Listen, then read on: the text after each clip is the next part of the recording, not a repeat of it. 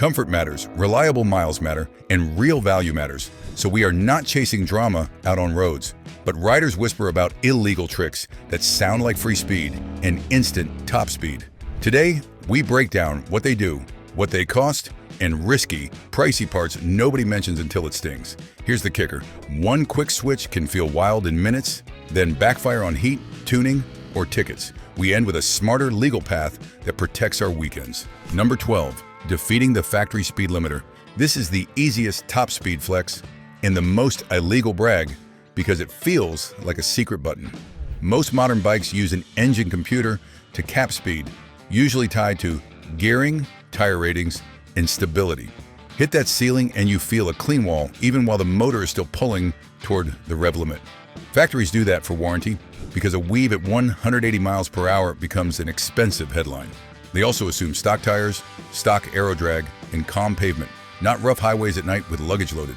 It also keeps traction math happy for sensors and anti-lock brakes, especially after sprocket swaps. Here's the street problem. Defeat it on public roads, and you stack legality trouble fast, plus insurance gets ugly. After a crash, adjusters love any modified clue, and a limiter delete can turn one claim into a total fight. Yes, you might see higher numbers on a pull, but faster miles per hour can mean less control when sudden dangers show up. Cheap plug-in boxes promise miracle gains, yet many just spoof signals and risk lean fueling at high load. A proper track setup costs serious money. Correct tires, correct chain, and a dyno tuning session with logs. Change final drive, and you trade acceleration for top speed, so the bike may feel slower off the line even if the dash numbers climb. Gear it taller, and the motor sits at lower revs per minute in top, but it may lack torque reserve to push the air. Gear it shorter, and it hits the limiter sooner, but it can feel more urgent on the street. So the limiter delete is not a free win. It is a decision with real regrets, and the price is rarely just the part. Ever had a bike pull harder than you expected? Next up is the emissions hardware writers delete for punch, and why that legality landmine becomes a brutal headache. Hit like and subscribe, then comment your best launch story from any stoplight. Number 11, emissions delete, CAT, sensors, EVAP for free power. Somebody at bike night always whispers about free power, like deleting emissions parts unlocks hidden speed overnight. Yet the truth is more boring and more expensive because modern motors want clean airflow and correct fueling together. A catalytic converter is not magic back pressure, and yanking parts without a tune often kills the mid-range torque you actually use. On fuel-injected bikes, the computer watches oxygen sensors, temp sensors, and trims, then fights your changes with strange behavior. When the system gets confused, the bike can run lean under load, spike warmth, and feel jerky right where you want smooth pull. Yes, some setups pick up power, but only when the fueling is corrected, and the whole package stays stable at high RPM. Tampering with emissions gear can trigger federal and state trouble, fail inspections, and turn resale into a painful mess. A buyer hears deleted and thinks warranty fights, registration hassles, and a future bill they do not want. Cheap delete kits look simple, but the pricey reality shows up when it runs hot, smells raw, and starts eating plugs. Fueling fixes can drop miles per gallon fast, so your range shrinks even if the bike feels strong for a week. You also notice more heat on your legs, more fumes at stops, and a drone that makes long rides feel brutal. Even the 𝐆𝐿 canister that seems harmless ties into venting, and deleting it wrong can cause fuel smell, tough starts, or tank vacuum. A check light is not just annoying, it can hide failures. Then there's the constant anxiety. Will it pass? Will it flag a code? Will it get you pulled over today? If we care about reliable ownership and real value, the smarter play is legal exhaust choices and proper maintenance, not gambling with compliance. Next up is noise, the attention magnet that turns fast into tickets. Number 10, open exhaust tricks, baffles, straight pipe behavior. Loud pipes feel swift, and that feeling is addictive, so guys pull baffles or go straight pipe chasing instant power. But sound is not speed, and an untuned exhaust can move the torque curve up the RPM range and gut the mid-range punch. That is why a bike can feel savage at full throttle, yet feels softer rolling on from 3,000 to 6,000 RPM.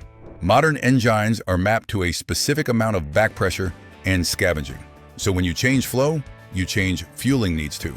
Without proper mapping, you can run lean, build warmth, and end up with popping, surging, and that awkward dead spot.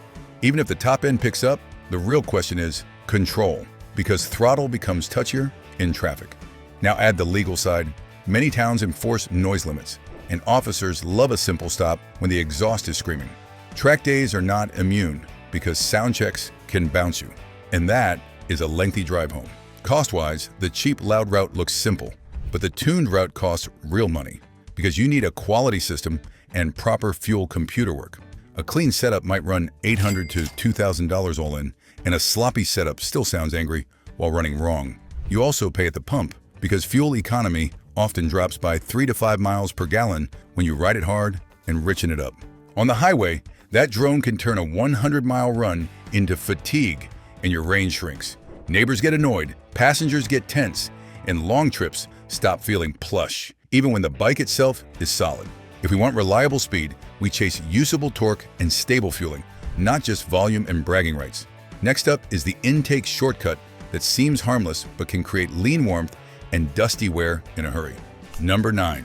Intake. Quick gains that are not compliant. Saturday morning temptation is serious because an intake change looks cheap, feels simple, and promises more power with one wrench. People pull snorkels, open boxes, or slap on pod filters just to let it breathe. And sometimes the first ride feels sharper. But airflow without balance is a trick because fuel injection is tuned for a certain restriction and a certain sensor signal. When you change that signal, some bikes add fuel, some pull fuel, and some hunt around with hesitation that ruins the smooth roll-on. The worst part is warmth, because a slightly lean mix under load can raise temps, especially in summer traffic. You might also feel a weird flat spot, then a sudden surge, and that is not the kind of speed we want on a corner exit. Legally, many strict states treat non-compliant intake parts like emissions tampering, so inspections can become a stressful game. Even where there is no inspection, resale gets harder when a buyer sees hacked plastics and unknown tuning, and warranty questions follow. Cost-wise, the intake itself can be cheap, but fixing the fallout can get pricey when it needs proper mapping, plugs, and diagnostics. Your miles per gallon can swing up or down, and that inconsistency kills planning because your range stops being predictable. Now add the dirt issue, because when the filtration gets sloppy, fine dust turns abrasive, and engines do not like wear. More intake roar is playful for 5 minutes, then it gets noisy on long rides, and fatigue creeps in. Water is another risk because heavy rain plus an exposed filter can turn a simple commute into a panicked roadside check. If we want reliable gains, we choose quality filters, sealed boxes, and legal tuning that keeps temps stable. Next up is a traction shortcut that looks track ready but can go sideways swift when the road is cold or dirty. Number 8. Track-only tires on the street. Nothing looks more racy and serious than track rubber until the morning is chilly and the road is gritty. These tires want warmth and pressure in a narrow window, so the first miles can feel dangerous and sketchy. On a closed course, you load them steadily, but on public streets, you hit shade, stoplights, and debris that steal traction and control. The temperature window is tight, so cold mornings and wet patches make braking feel stiff and steering feel nervous. Wear can be brutal because softer compounds vanish quickly, and the bill shows up expensive. Some riders buy used slicks thinking they found a bargain, but one nail or one heat cycle can ruin that savings. If the tire is not street legal, the crash conversation shifts to liability and compliance. Even proper track day tires are picky, and you still need a gauge because wrong pressure can feel mushy and the bike can feel wobbly. Owners talk about low 30s PSI on track and higher on the street, but it depends on tire load and pace, so follow the maker's actual range. Tread life can be 200 miles, or it can be a few thousand. But either way, it is a rapid and costly experiment. If we want street grip that stays reliable in cold weather, a good sport tire gives comfort and control without the drama. When pressure is wrong, stopping distance can feel longer and scarier because the tire does not bite the same at low temperatures. Steering can go from sharper to vague, and that makes you second guess mid-corner, which is mental and exhausting. If you ride early or ride in the rain, the grip swing is massive, so you end up riding tense and cautious. For daily miles, pick a tire that is street legal, because that feels reliable and calmer. And if this sounds edgy, the next trick shuts off safety systems just to feel braver. Number 7. Disabling safety systems to feel faster. The ego move is switching off traction aids and anti-lock braking because it feels pure in the moment. But modern bikes are tuned for those systems, so throttle, engine braking, and chassis balance are built around stability and recovery. Traction control is a rapid referee that trims tiny slips before they become drama and damage. Anti-lock braking protects the front in a panic squeeze, and that keeps you upright and calmer. On real streets, you rarely get perfect pavement, so this can make corner exits feel exciting, but also unpredictable. The risk is not just a crash, it is liability and insurance drama when the report says you disabled built-in safety. It costs nothing to toggle, but it becomes costly and expensive the one time it could have saved you. You may also feel tire chatter under hard braking, and that makes your hands tense, which steals control and confidence. If we want a faster lap, do it on a track day with coaching, where you can test settings without street risk, and that is safer. When you know the net is gone, you often roll off early, and your run is slower, which feels frustrating and ironic. Hard braking without anti-lock can lock the front in a blink, and that makes the bike feel violent and unforgiving. Leaving the systems on does not kill skill. It lets you build speed with repeatable and reliable habits. If you want real speed without pricey regrets, smash like, subscribe, and comment your safest legal mod you trust today. Now let's talk about a power trick that adds power, because nitrous can feel amazing right before it breaks parts. The next section is nitrous, and it trades smooth speed for sudden and catastrophic risk if you get lazy. If you want real speed without buying regrets, hit like, tap subscribe, and let's keep your rides fast and smart. Number 6. Nitrous and instant boost culture. Nitrous sounds unreal and addictive because the shove hits hard and your helmet fills with ladder. But that extra oxygen spikes cylinder pressure, and the engine needs precise fueling and consistent timing to survive. Without it, detonation arrives sudden and catastrophic, and it can crack pistons or bend rods in seconds. Even a correct setup puts a heavy load on the clutch, gearbox, and chain, so weak parts fail early and expensively.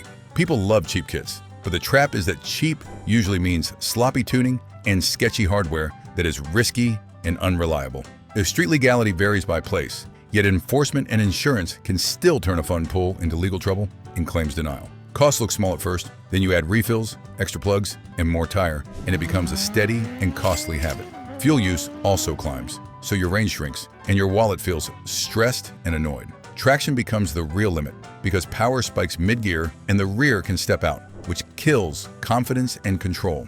If we want quicker acceleration the smart way, spend money on tires, suspension, and practice, because those gains stay reliable. The power spike can be so sudden that you waste it spinning, and then you are not faster, you are just louder. Heat builds quickly, so you start watching temps and listening for knock, which is anxious and distracting. A legal path is gearing that suits your roads, and a clean tune for your pipe, because that stays smooth and durable.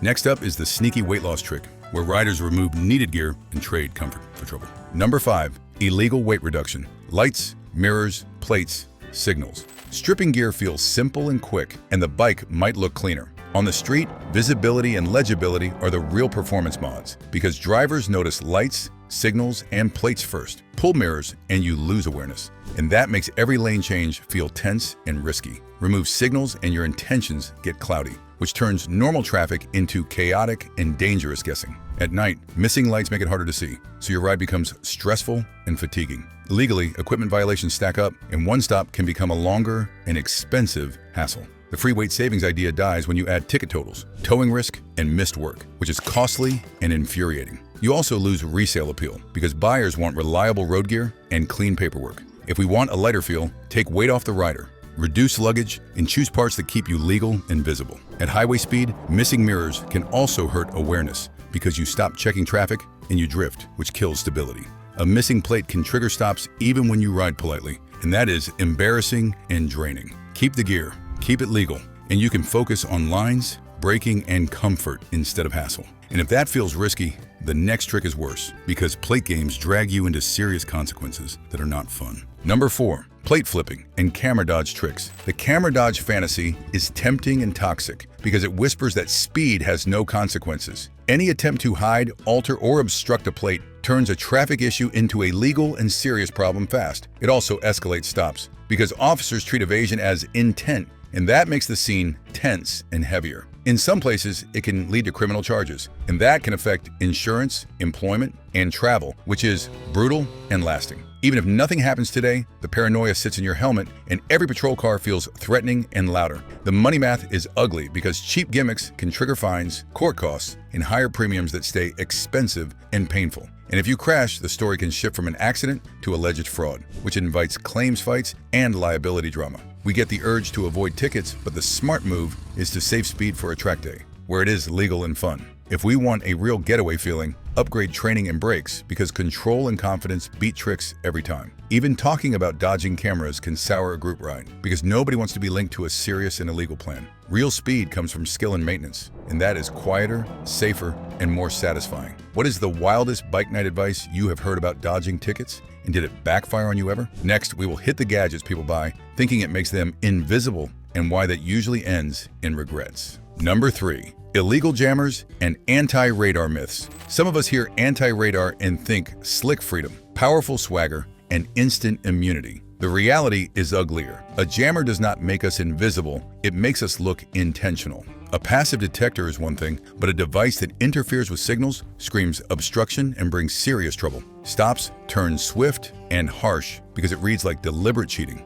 Confiscation can happen, fines get heavy, and the fallout can hit insurance and registration. Even if we insist it was never used, that excuse sounds flimsy when the unit is installed and ready. That is why a simple warning can turn into a deeper search, more paperwork, and a long roadside delay. The money math is brutal because the box is pricey, the install is fussy, and one stop can cost more than a season of legal track days. Then we add courts, higher premiums, and the kind of stress that makes every ride feel tense. Many riders think a jammer is just a toy, but the law can treat it like tampering with safety equipment. If you crash, the discovery can complicate claims because adjusters love anything that looks reckless or fraudulent. That is how a little box becomes a permanent liability grenade that follows you for years. And the big joke is, it does not make you faster in real life. It just makes you more nervous and distracted. Real control comes from clear sightlines, smooth throttle hands, and a setup that stays stable at speed. Spend that money on a quality helmet, fresh brake fluid, and a weekend of drills, and you gain confidence and consistency. That kind of speed feels earned, not stolen. That is the opposite of what we want, which is clean speed and reliable fun. Our smarter route is skills that sharpen braking, tires that keep grip predictable, and habits that keep us alert instead of anxious. Next up, we talk fuel, the trick riders swear adds power, and why the truth is more complex than the smell. If you love brutal pulls, but want reliable miles, tap like, hit subscribe, and tell us your closest call story. Number 2, leaded race fuel and magic octane chasing. That race fuel smell feels serious, sounds nostalgic, and makes the bike seem stronger before the wheel even turns. Here's the reality. Octane is not a power button. It is knock resistance for engines that actually need it. If your motor is already happy, higher octane can do nothing. And the only thing that changes is your wallet and your mood. Octane helps when compression is higher, timing is aggressive, or the engine is tuned for thermal stress. On a stock street setup, chasing magic fuel can be a placebo, and that is a dangerous way to spend money. Now add leaded race fuel, and it gets messier and scarier. Leaded fuel can poison oxygen sensors, damage catalytic parts, and turn emissions gear into a pricey failure. That means rough running, warning lights, and a long list of replacement parts you never planned to buy. The legal side is not cute either. Leaded fuel on public roads can be illegal, and it can also create inspection pain later. Even when it works, it often works in the wrong direction. Because miles per gallon can be dropping, range can shrink, and your stops become more frequent. Instead of cruising, you are hunting fuel, doing mental math, and feeling that steady anxiety burn. And the cost per fill-up can feel brutal, because race fuel prices stack up swiftly, and you are paying for a smell and a story. Worse, the deposits can foul plugs, dirty valves, and create a gritty idle that feels embarrassing. If you want clean power, the smarter move is proper tuning, correct fuel for your map, and maintenance that keeps temperatures under control. That path is quieter, safer, and far more reliable when you need the bike to start on a cold morning. Number 1 is the big reset, how to get real speed the legal way by building a true baseline that stays consistent. Number 1, make it faster, the legal way. Rider setup and true performance baseline. Here's the clean truth. A bike that runs consistently, grips properly, and puts power down